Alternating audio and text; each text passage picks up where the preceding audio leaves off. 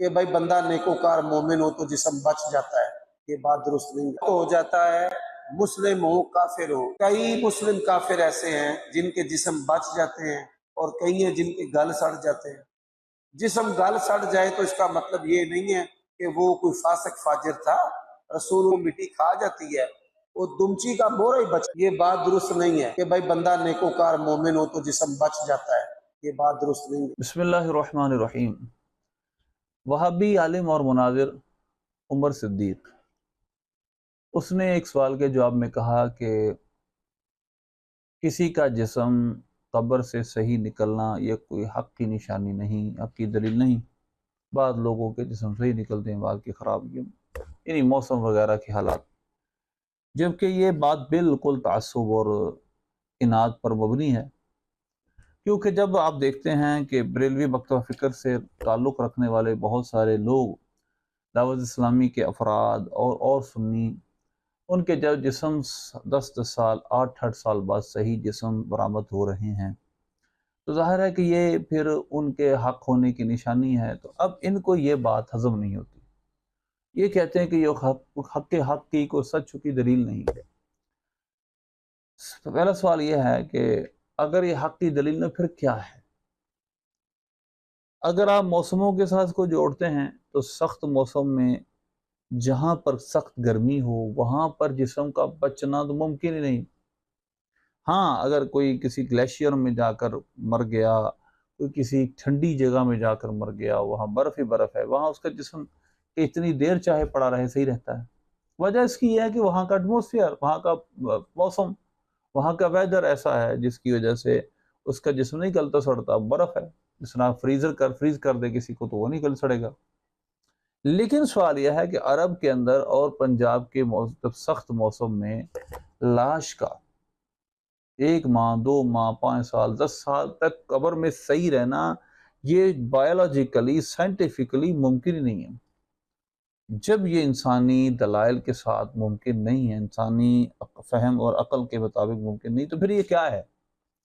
پھر یہ خرق عادت کام ہے، پھر یہ انسان کے وسائل سے باہر کی چیز ہے، یعنی کرامت ہے، اللہ کی طرف سے کوئی قدرت ہے۔ اب میں اس بات کو کہ یہ قبور سے جسم کا صحیح سلامت نکلنا یہ تو سچی ہونے کی دلیل ہے، آپ کے سامنے چند احادیث بیان کروں گا۔ صحیح بخاری کی حدیث نمبر 1351 ہے، آپ کے سامنے چل رہی ہے کہ حضرت سیدنا جابر رضی اللہ تعالیٰ عنہ کے والد شہید ہوئے اور ان کے ساتھ ایک اور شخص بھی شہید ہوا، اور ان دونوں کو ایک ہی قبر میں دفن کر دیا گیا۔ حضرت جابر رضی اللہ تعالیٰ عنہ فرماتے ہیں مجھے برداشت نہ ہوا کہ میرے والد کے ساتھ کوئی اور بھی ہو، میں نے 6 ماہ کے بعد اس قبر کو اکھاڑا۔ اب آپ آگے سنیں اور کیا کہتے ہیں، قبر کو میں نے جب 6 ماہ بعد اکھاڑا، ثم لم تطب نفسی ان اترکہ مال آخر، مجھے پسند نہ ہوا کہ میں دوسرے کسی کے ساتھ اپنے باپ کو چھوڑوں، فاستخرجتہ بعد 6 اشہر، میں نے 6 ماہ بعد ان کو نکالا، فَإِذَا هُوَ كَيَوْمٍ وَضَعْتُهُ هَنِيَّةً غَيْرَ أُذْنٍ، میں نے ان کو اسی طرح تر و تازہ پایا جس دن میں نے ان کو رکھا تھا، اور ان کا وہ جسم کی حیت و شکل تھی وہی تھی۔ ہاں، کان کا کچھ حصہ، کچھ تھوڑا سا کان متغیر ہوا، اس کے علاوہ 6 ماہ تک ان کے جسم مبارک کو کچھ نہیں ہوا۔ تو لہذا یہ کس بات کی دلیل ہے؟ یقیناً یہ حق ہونے کی، سچ ہونے کی دلیل ہے۔ اسی طرح ایک اور حدیث جو کہ کتاب الجنائز میں ہی امام بخاری رحمۃ اللہ علیہ نے کی ہے، اس کا باب بھی ما جاء فی قبر نبی صلی اللہ علیہ وسلم و ابو بکر و عمر رضی اللہ عنہما، کہ اس کا تو عنوان ہی نبی پاک صلی اللہ علیہ وسلم، حضرت ابو بکر و عمر کی قبر ہے، کہ جب ولید بن عبد الملک کے دور میں مسجد نبوی شریف کی ایک دیوار گری تو جب ایک قدم ظاہر ہوا، ففزعوا وظنوا انہا قدم النبی صلی اللہ علیہ وسلم، وہ لوگ ڈر گئے اور کہا یہ تو حضور کا قدم ہے۔ وما وجدوا احدا يعلم ذلك، ایک نہیں پایا، یعنی کسی کوئی موجود نہیں تھا کہ جو تصدیق کرتا کہ کس کا قدم ہے۔ اس کے بعد کیا ہوا آپ کو میں عرض کرتا ہوں، یہاں تک کہ قدم نبی پاک صلی اللہ علیہ وسلم کا ظاہر ہوا، بعض لوگوں نے یہ کہا، بعض نے کہا یہ حضور کا قدم ہے، کوئی بتانے والا نہیں تھا کہ یہ حضور کا قدم ہے یا حضرت ابو بکر عمر کا قدم ہے۔ پھر فرماتے ہیں عروہ نے فرمایا قال لهم عروہ لا واللہ ما ہی قدم النبی صلی اللہ علیہ وسلم ما ہی الا قدم عمر رضی اللہ عنہ،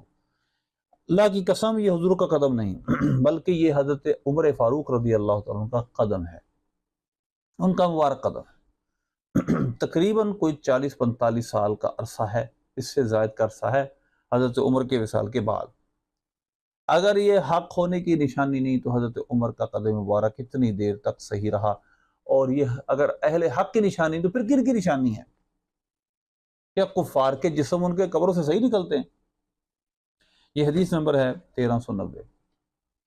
اسی طرح اب میں آپ کے سامنے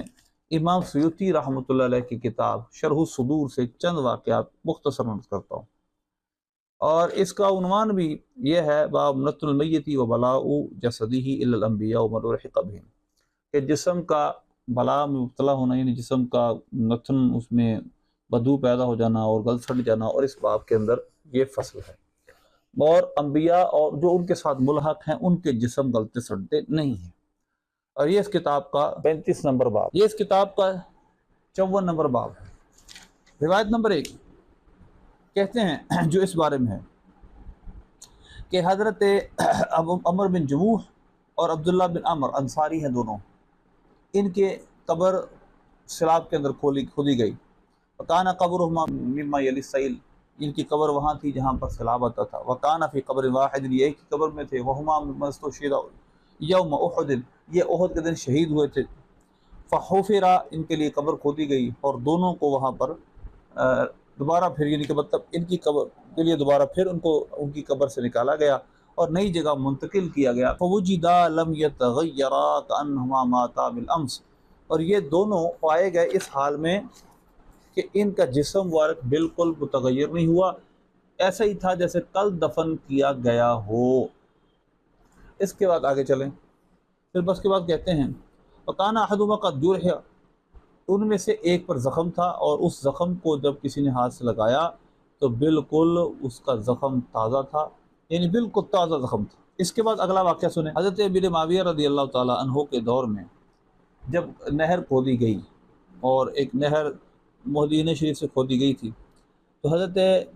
امیر حمزہ رضی اللہ تعالیٰ عنہ بھی، اور حضرت عبداللہ بن عمر بن حرام اور حضرت عمر بن جموح، ان دونوں کی قبریں ظاہر ہو گئی تھی۔ اور حضرت امیر حمزہ کے بارے میں بھی ایک واقعہ میں آپ کو سناتا ہوں۔ جب ان کی قبریں ظاہر فربارہ سا قبرہما، ان دونوں کی قبریں ظاہر ہو گئیں، تو صرخ علیہما، ان پر چیخ و پکار ہونا شروع ہو گئی۔ اس کے بعد کیا ہوا؟ ان کی قبروں کو دونوں کو نکالا گیا، کانہما ماتا بالامس، قبروں سے ان دونوں کو نکالا گیا، کانہما ماتا بالامس، ایسا تھا گویا کل ہی یہ فوت ہوئے۔ ان پر 2 چادریں تھیں جن سے ان کے چہروں کو چھپایا گیا تھا، وعلی رجلہما شیء من نبات الارض، اور جیسا غزوہ احد میں ہوا تھا بہت سارے صحابہ کے شہداء کے ساتھ، اور ان کے مبارک قدموں پر زمین کی گھاس تھی، یعنی وہ بھی تر و تازہ تھی۔ اسی طرح حضرت جابر سے روایت ہے کہ حضرت امیر حمزہ رضی اللہ تعالی عنہ اسی نہر کے کھودنے کے اندر فاصابت المسحات قدم حمزہ فانبعث دما، حضرت امیر حمزہ کے قدم مبارک کو وہ پھوڑا وغیرہ لگ گیا، یعنی کہ جو جس آلے سے وہ قبر جو نہر کھودی جا رہی تھی، تو آپ کے جسم مبارک سے خون بہنے لگا۔ اب یہ واقعہ احد سے تقریباً کوئی 40-50 سال بعد کا ہے۔ اس کے بعد اسی طرح ایک حدیث نقل کرتے ہیں اس سے آگے کہ جب مؤذن فوت ہوتا ہے تو اس کی قبر میں کیڑے نہیں پڑتے، اور مراد امام قرطبی نے کیا فرمائی؟ لا تأکلہ الارض ایضا، ان کا جسم زمین نہیں کھاتی۔ تو یہ پورا باب اسی بارے میں امام سیوطی نے نقل کیا ہے، اور مؤذن کے بارے میں یہ بات ہے، اور حامل قرآن کے بارے میں اذا مات حامل القرآن اوحى اللہ الى الارض اللہ تأکلی لحمہ، اللہ زمین کی طرف یہ بات ڈالتا ہے کہ اس کے گوشت کو کھانا نہیں، فتقول الارض، زمین کہتی ہے اے ربی کیف آکل لحمہ وکلامک فی جوفی، اے میرے رب میں اس کے جسم کو کیسے کھاؤں، اس کے گوشت کو کیسے کھاؤں جب کہ تیرا کلام اس کے پیٹ میں ہے۔ اب یہ ایک روایت ہے، ایک راوی سے ہے۔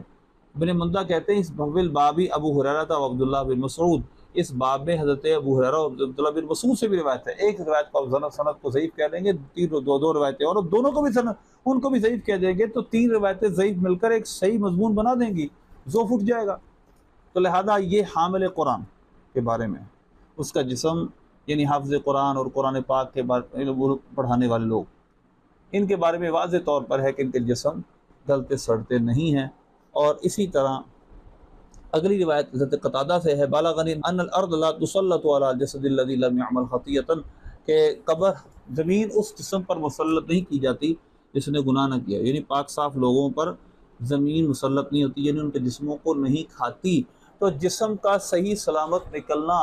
ان روایات کی روشنی سے عمر صدیق صاحب کیا ہے، صحیح بخاری۔ اور میں نے ویسے تو اور مصنف ابن ابی شیبہ میں بھی یہ سارے حوالے موجود تھے، لیکن میں نے ایک جگہ اکٹھے تھے، میں نے دو آپ کے سامنے شرح صدور سے ذکر کر دی، امام سیوطی کی کتاب سے۔ تو لہذا کسی کا قبر سے جسم صحیح برآمد ہونا مومن کا یہ بالکل حق اور سچ کی دلیل ہو۔ اللہ ہمیں ایسے فتنوں سے محفوظ فرمائے جو ہمارے بزرگان دین سے اور قرآن کی تعلیمات سے ہمیں دور کرے۔